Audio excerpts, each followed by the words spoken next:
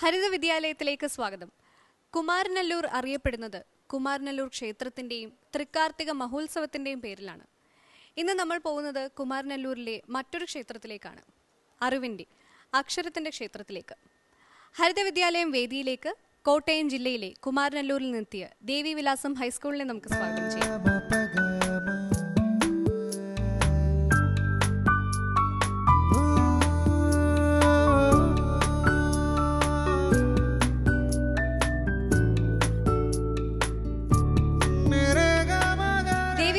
ഹൈസ്കൂളിനെ പരിചയപ്പെടുത്തുന്നതിനായി സംസ്ഥാന അധ്യാപക അവാർഡ് ജേതാവ് കൂടിയായ Devivilasam high school head master Radhakrishna പണിക്കരെ ക്ഷണിക്കുന്നു. ഇന്ന് സാറിന്റെ സ്കൂളിനെ റെപ്രസെന്റ് ചെയ്ത് ആരൊക്കെയാണ് എത്തിയിരിക്കുന്നത്?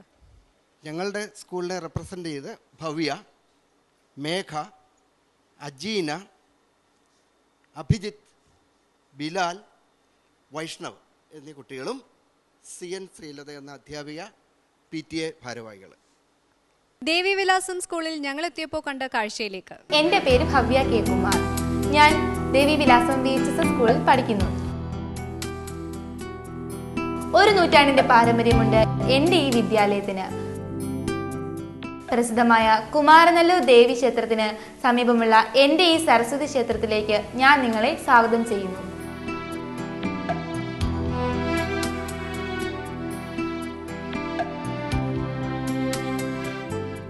പുതിയ വിദ്യാഭ്യാസ പദ്ധതി എല്ലാ അർത്ഥത്തിലും കുട്ടികളുടെ ബഹുമുഖ വ്യക്തിത്വത്തെ വികസിപ്പിക്കുന്ന ഒന്നാണ്. മൾട്ടിപ്പിൾ ഇൻ്റലിജൻസ് എന്ന ആസ്പെക്റ്റ് നടപ്പാക്കുന്നതിലൂടെ കുട്ടികൾ കേവലം ഓർമ്മ മാത്രം പരിശോധിക്കുന്ന ആ ഒരു ഇതിൽ നിന്ന് മാറിയിട്ട് കുട്ടി എന്തു പഠിച്ചു എന്നുള്ളത്, എങ്ങനെ പഠിച്ചു എന്നുള്ള രീതിക്ക് പ്രാധാന്യം കൊടുത്തു. അധ്യാപകൻ്റെ റോള് മാറി, കുട്ടിയുടെ റോള് മാറി. അധ്യാപകൻ ഒരു co learner, guide, friend, guardian, philosopher.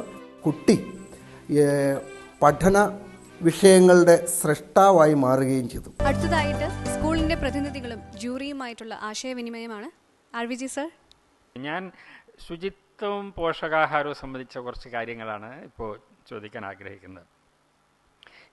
എന്തുകൊണ്ടാണ് അതൊരു മികവിൻ്റെ മേഖലയായിട്ട് നിങ്ങൾ തിരഞ്ഞെടുത്തത്? 2006 ഞങ്ങളുടെ ഗ്രാമത്തിൽ ചിക്കൻ ഗുനിയ പിടിവിടാത്ത ഒരാളെ ഞാനായിരുന്നു. ആ ചുറ്റുപാടിൽ പലർക്കും രോഗങ്ങൾ, പല രോഗങ്ങളും കുട്ടികൾക്കെല്ലാം പിടിച്ചോ? മിക്കവാറും ഞങ്ങളുടെ ഗ്രാമമാണ്, കുഗ്രാമമാണ്. അപ്പോൾ അവിടെയുള്ള മിക്കവർക്കും രോഗം പിടിവിട്ടു. അപ്പോൾ എനിക്ക് മാത്രമേ രോഗമല്ല, അത് പലർക്കും അതിശയായി. അപ്പോൾ എന്താണ് എൻ്റെ കാരണം? അപ്പം ഞാൻ എൻ്റെ ആരോഗ്യ രഹസ്യങ്ങൾ പറയാം, ഇവിടെ വെളിപ്പെടുത്തുന്നില്ലെങ്കിലും പറഞ്ഞു, കാരണം സമയം പോകുന്നത് പറയുന്നില്ല. അപ്പം അത് കാരണം ഞാൻ വിചാരിച്ചെന്നാൽ ശരി, ഹെൽത്ത് മാരക രോഗങ്ങളെ പറ്റി തന്നെ നമുക്ക് എടുത്തേക്കാം, നമ്മുടെ സ്കൂളും പരിസരവും ഒന്ന് വൃത്തിയാക്കണം എന്നുള്ള ഒരു ചിന്ത കൊണ്ട് തന്നെയാണ് ഈ ഒരു ഐഡിയ ഞാൻ എടുത്തത്. ശുചീകരണം ഉണ്ടെങ്കിൽ ക്ലീൻലിനെസ് നെക്സ്റ്റ് ടു ഗോഡ്ലിനെസ് എന്ന ആശയമാണ് നടപ്പാക്കാൻ ഉദ്ദേശിച്ചത്. അപ്പോൾ അതുകൊണ്ടാണ് ഞാനത് എടുത്തത്. ഭവ്യ, എന്താണ് ഹെൽത്ത് ക്ലബ്ബിൽ എന്തൊക്കെയാണ് ചെയ്യുന്നത് നിങ്ങൾ?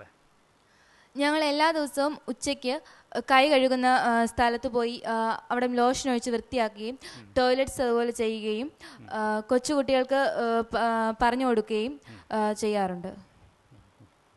പിന്നെ എന്താ ചെയ്യും? ഹെൽത്ത് ആരോഗ്യ സംബന്ധമായിട്ട് വേറെ എന്തെങ്കിലും പ്രവർത്തനം ക്ലബ്ബ് ചെയ്യുന്നുണ്ടോ? പിന്നെ ഉച്ച ഭക്ഷണത്തിനുള്ള പയർ ഇന്ധനം ലാഭിക്കാനായിട്ട് വെള്ളത്തിലിട്ട് കുതിർത്തതിന് ശേഷമാണ് ശരി ഉച്ചഭക്ഷണം പാചകം ചെയ്യുന്ന പാത്രം ചൂടുവെള്ളത്തിൽ തന്നെ കഴുകാൻ ശ്രദ്ധിക്കുന്നുണ്ട്. കൊള്ളാം, നല്ലതായി.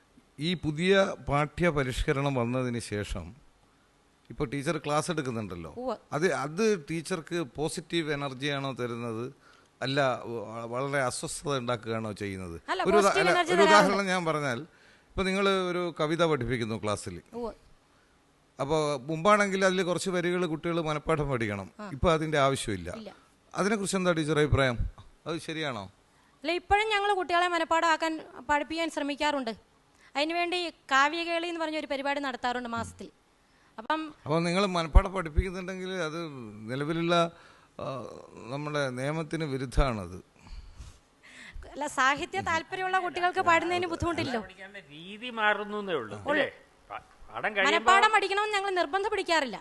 പക്ഷേ കുട്ടികൾ താല്പര്യമുള്ള കുട്ടികളോട് പറഞ്ഞ് നിങ്ങൾ ഏതെങ്കിലും കവിത കണ്ടെത്തിക്കൊണ്ട്, അവർക്ക് ഇഷ്ടമുള്ള കവിതകൾ കണ്ടെത്തിക്കൊണ്ട് വരാനും മാസത്തിൽ ഒരിക്കൽ ക്ലാസ്സിൽ കാവ്യകേളി എന്ന് പറഞ്ഞൊരു പരിപാടി സംഘടിപ്പിക്കാറുണ്ട്. അപ്പോൾ കുട്ടികൾ അവർക്ക് ഇഷ്ടമുള്ള കവിത നമ്മൾ നിർബന്ധപൂർവ്വം പറയാം. ചില കുട്ടികൾ നോക്കി ചൊല്ലുന്നവരുമുണ്ട്, അല്ലാതെ ചിലർ മനഃപ്പാടമാക്കി ചെല്ലുന്നവരും ഉണ്ടാവും. ഇപ്പോൾ ടീച്ചർ കുട്ടികൾക്ക് ഇപ്പോൾ പുതിയ നമ്മുടെ രീതി അനുസരിച്ചിട്ട് ഇപ്പോൾ ഭാവന എന്നുള്ളൊരു ആംഗിൾ നമ്മൾ പഠിപ്പിക്കുന്നതെന്ന് വിചാരിക്കുക. അപ്പോൾ ടീച്ചറാണെങ്കിൽ, ശ്രീകല ടീച്ചറാണെങ്കിൽ അത് അവരെങ്ങനെയായിരിക്കും എക്സ്പ്ലെയിൻ ചെയ്ത് കൊടുക്കുക? ഞാനൊരു ഉദാഹരണം പറയാം. ഇപ്പോൾ അതായത് ഇപ്പോൾ നമ്മൾ ആകാശം പല ദിവസങ്ങളിലായിട്ട് കുട്ടികളെ ഇങ്ങനെ ആകാശം കാണിക്കുന്നു. അപ്പോൾ ഒരു കുട്ടി പറയുകയാണിങ്ങനെ, സർ ഇപ്പോൾ ആകാശം ആകാശത്ത് നിറയെ മേഘങ്ങളാണ്, ചിലത് കാക്കത്തൂവൽ പോലെ കറുത്തിട്ട്, ചിലത് കൊന്നപ്പൂ പോലെ മഞ്ഞ, ചിലത് കെട്ടുപോലെ വെള്ള എന്നൊക്കെ പറയുന്നു. വേറൊരു കുട്ടി പറയുന്നു, ഇപ്പോൾ ആകാശം സർ ഇങ്ങനെ അടുക്കളയിൽ നിന്ന് പുക അടിച്ചടിച്ച് കയറും പോലെ ഉണ്ടെന്ന് പറയുന്നു. വേറൊരു കുട്ടി പറയുന്നു, സർ ഇപ്പോൾ ആകാശം പല ദിവസങ്ങളായിട്ടാണ് നീലം മുക്കിയ മുണ്ട് പോലെ ഉണ്ടെന്ന്. അപ്പോൾ ഒന്നും പഠിക്കാത്തൊരുത്തനായിരിക്കും ചിലപ്പോൾ അത് പറയുക. അപ്പോൾ വേറൊരു കുട്ടി പറയുന്നു, ഇപ്പോൾ ആകാശം നീലം മുക്കിയിട്ട് നീലം അവിടെ കട്ട പിടിച്ച് ബോംബെ ഡൈങ്ങിൻ്റെ വെള്ളപ്പുതപ്പ് പോലെ ഉണ്ട് എന്ന്. അപ്പോൾ നമ്മൾ ഈ ക്ലാസ്സിൽ മൊത്തം ഇത് പറഞ്ഞു വരുമ്പോൾ പിന്നെ അത് പഠിപ്പിക്കേണ്ട ആവശ്യമില്ല. അത് തന്നെയാണ് ഭാവന. അപ്പോൾ അതിപ്പോൾ നമുക്ക് പുതിയ ഒരു മെത്തേഡ് തരുന്ന ഒരു വലിയ സൗകര്യം. ഈ പഠനാനുബന്ധ പ്രവർത്തനങ്ങളൊക്കെ വളരെ ഊർജിതമായിട്ട് നടത്തുന്ന സ്കൂളാണല്ലേ നിങ്ങളുടേത്? എങ്ങനെയാണ് അവിടെ ഒരു ന്യൂസ് ലെറ്റർ ഇറക്കി എന്ന് പറയുന്നുണ്ടല്ലോ, എന്ത് ന്യൂസ് ലെറ്റർ ആയിരുന്നു അത്? ഭവ്യയ്ക്ക് പറയാമോ? ന്യൂസ് ലെറ്റർ ഇറക്കിയിരുന്നോ നിങ്ങൾ സ്കൂളിൽ പഠനാനുബന്ധ പ്രവർത്തനങ്ങളുടെ ഭാഗമായിട്ട്? പത്രം പോലെ. നിങ്ങളുടെ സ്കൂളിൽ എങ്ങനെയാണ്, ഫിലിം ക്ലബ്ബുകളൊക്കെ ഉണ്ടോ? ഇല്ല. പക്ഷേ ചലച്ചിത്രങ്ങളൊക്കെ കാണിച്ചിട്ടുണ്ടല്ലേ, സിനിമകളൊക്കെ കുറേ കാണിച്ചിട്ടുണ്ട്. എത്ര സിനിമകൾ കാണിച്ചു? സിനിമകൾ കാണിച്ചിട്ടില്ല, പഠനാനുബന്ധ ആയ വീഡിയോസ് കാണിച്ചിട്ടുണ്ട്. ഞങ്ങൾക്ക് പഠനം വളരെ രസകരമാക്കാനും എളുപ്പമാക്കാനുമുള്ള വീഡിയോസ് കാണിച്ചു. എന്തൊക്കെയായിരുന്നു അന്ന് കാണിച്ചത്? ബയോളജിയുടെ transportation of materials in organism, transformation of materials in organisms എന്ന ചാപ്റ്ററിൽ ഞങ്ങൾക്ക് ബ്ലഡ് ട്രാൻസ്മിഷൻ പഠിക്കാൻ ഇച്ചിരി പ്രയാസമായിരുന്നു. അപ്പോഴേക്കും റൈറ്റ് വെൻട്രിക്കിൾ ലെഫ്റ്റ് ഓറിക്കിൾ അത് ഇച്ചിരി ചെറിയൊരു പ്രശ്നം വരും. അപ്പോൾ ഞങ്ങൾ അത് ലാബിൽ കൊണ്ടുപോയി പ്രൊജക്ടർ വെച്ച് സ്ക്രീനിൽ അതിന്റെ വീഡിയോസ് കാണിച്ചു, എളുപ്പമായി. നിങ്ങൾ ഏത് ക്ലാസ്സിലാണ്? വൈഷ്ണവല്ലേ? വൈഷ്ണവല്ലേ പേര്? 10th. 10ാം ക്ലാസ് വരെ മാത്രമേ ഇങ്ങനെ കാണിച്ചിട്ടുള്ളൂ, അതോ 9ലായിരുന്നപ്പോൾ ഇങ്ങനെ കാണിക്കുമായിരുന്നോ? 9ലായപ്പോഴേക്കും ക്ലീൻലെസ്, അങ്ങനെ ഡോക്യുമെന്ററീസ്, അങ്ങനെ ചിക്കൻ ഗുനിയ വന്നപ്പോഴേക്കുള്ള ഡോക്യുമെന്ററി, അങ്ങനെ കുറെ കാണിച്ചിട്ടുണ്ട്. പിന്നെ സംസ്കൃതം ക്ലബിനോടനുബന്ധിച്ച് സംസ്കൃതത്തിന്റെ ചില നാടകങ്ങൾ, അഭിജ്ഞാന ശാകുന്തളം പോലുള്ള നാടകങ്ങൾ, അങ്ങനെ കുറെ കാണിച്ചിട്ടുണ്ട്. എനിക്ക് ഒന്നറിയാൻ താല്പര്യമുള്ളത് ശ്രീലത ടീച്ചറിൻ്റെ അടുത്ത് നിന്നാണ്. മലയാളം ക്ലാസ്സിൽ ടീച്ചർ വൃത്തം പഠിപ്പിക്കാറുണ്ടല്ലോ. വൃത്തം കഴിവതും ഒഴിവാക്കണം എന്ന് പറഞ്ഞ് സിലബസിൽ ആയിക്കോട്ടെ, ഒരു ഉദാഹരണമാണ്. വൃത്തത്തിനെ കുറിച്ചൊരു പരാമർശം ക്ലാസ്സിൽ നടക്കുന്നു എന്ന് കരുതുക. അപ്പോൾ ഒരു വിദ്യാർത്ഥി ചോദിക്കുകയാണ്, ടീച്ചർ കഴിഞ്ഞ ഇതിനു മുമ്പുള്ള ക്ലാസ്സിൽ ഗണിതശാസ്ത്ര അധ്യാപകൻ വൃത്തത്തിനെ കുറിച്ച് പഠിപ്പിച്ചിരുന്നല്ലോ, അതും ഇതും തമ്മിൽ എന്താണ് ബന്ധം എന്ന് ചോദിച്ചാൽ ടീച്ചർ എങ്ങനെ പ്രതികരിക്കും?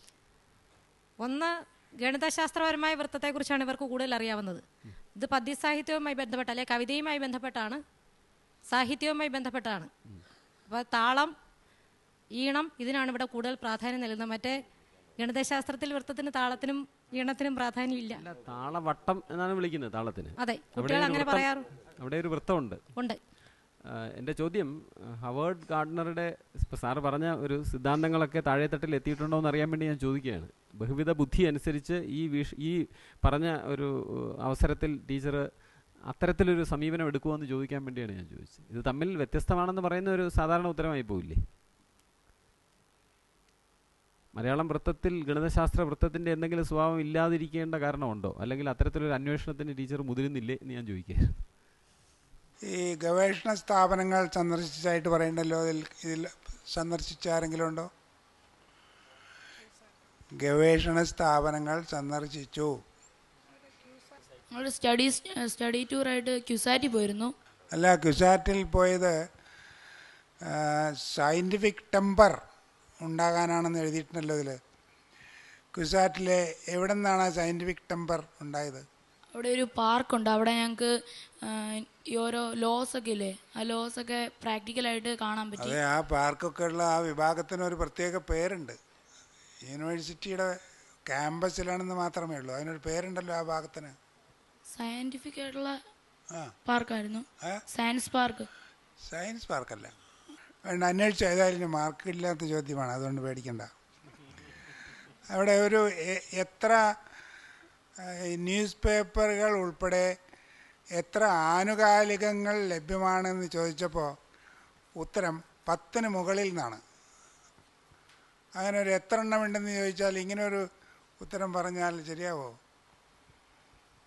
അതായത് ഓരോ ഓരോരുത്തർ സ്പോൺസർ ചെയ്യുന്ന 10 പത്രം ഒരു വർഷത്തേന് അല്ലെ 5 വർഷം, ചിലപ്പോൾ 15 കിട്ടും, ചിലപ്പോൾ 10 ഉള്ളൂ. അതാണ് 10 മുകളിൽ കിട്ടുന്നത്. അല്ലല്ലോ, ഈ ചോദ്യത്തിന് ഉത്തരം എഴുതുമ്പോൾ നമ്മുടെ കയ്യിൽ എത്ര ഉണ്ടെന്നല്ലേ എഴുതേണ്ടത്. അതിപ്പോൾ പരിശോധിക്കാൻ വരുമ്പോൾ 10 കാണുള്ളായിരിക്കും. ചിലപ്പോൾ ഒക്ടോബറിൽ കാലാവധി തീരുന്നുണ്ട് സ്പോൺസർഷിപ്പിൻ്റെ. അപ്പോൾ പിന്നെ നമ്മൾ 15 എഴുതി കഴിഞ്ഞാൽ അതൊരു നുണയാകുകയല്ലേ. അങ്ങനെ കൃത്യത ഇല്ലാത്തതുകൊണ്ടാണ് കുട്ടികൾക്ക് മാത്സിന് പേടി വരാൻ കാരണം. മദർ പി ടി ആണ് സുബൈദ അല്ലേ? എന്താണ് ഈ മദർ പി ടിയുടെ ഒരു പ്രസക്തി? എന്താ, നിങ്ങൾ എന്താ ചെയ്യുന്നത്? അതിൻ്റെ ഒരു ആവശ്യം എന്തായിരുന്നു നിങ്ങളുടെ? മദർ പി ടി എന്ന് കുട്ടികളുമായിട്ട് ഏറ്റവും കൂടുതൽ ഇടപഴകുന്നതും അമ്മമാരാണ്. അച്ഛനെ വെച്ച് കമ്പയർ ചെയ്ത് നോക്കുമ്പോൾ അമ്മമാർ ആണ് കുട്ടികളുമായിട്ട് കൂടുതൽ ഇടപെടുന്നത്. അപ്പോൾ മദർ പി ടി എയിൽ പങ്കെടുക്കുമ്പോൾ നമുക്ക് വേണ്ടത്ര കുട്ടികളെ ശ്രദ്ധിക്കാനുള്ള നിർദ്ദേശങ്ങൾ കിട്ടുന്നു. അതുപോലെ നമ്മൾക്ക് പറയാനുള്ള കാര്യങ്ങൾ, കുട്ടികളുടെ പോരായ്മകൾ മെൻഷൻ ചെയ്യാൻ പറ്റുന്നു. അതുപോലെ തന്നെ പിന്നോക്കം നിൽക്കുന്ന കുട്ടികൾക്ക് ക്ലാസ് എടുത്തു കൊടുക്കാൻ മദർ പി ടി എയിലുള്ള അംഗങ്ങൾ തന്നെ സൗജന്യമായിട്ട് ക്ലാസ് എടുത്തു കൊടുക്കുന്നുണ്ട് ഞങ്ങളുടെ സ്കൂളിൽ. അങ്ങനെയുള്ള ഒരുപാട് നേട്ടങ്ങളുണ്ട് മദർ പി ടി ഉള്ളതുകൊണ്ട്. കുട്ടികളുടെ വിദ്യാഭ്യാസ കാര്യത്തിൽ കൂടുതൽ ശ്രദ്ധിക്കാൻ പറ്റുന്നുണ്ട്. അപ്പോൾ ഇനി ഗ്രേഡ്സ് അറിയാനുള്ള സമയമായി. നമുക്ക് ചോദിക്കാം. RVJ sir.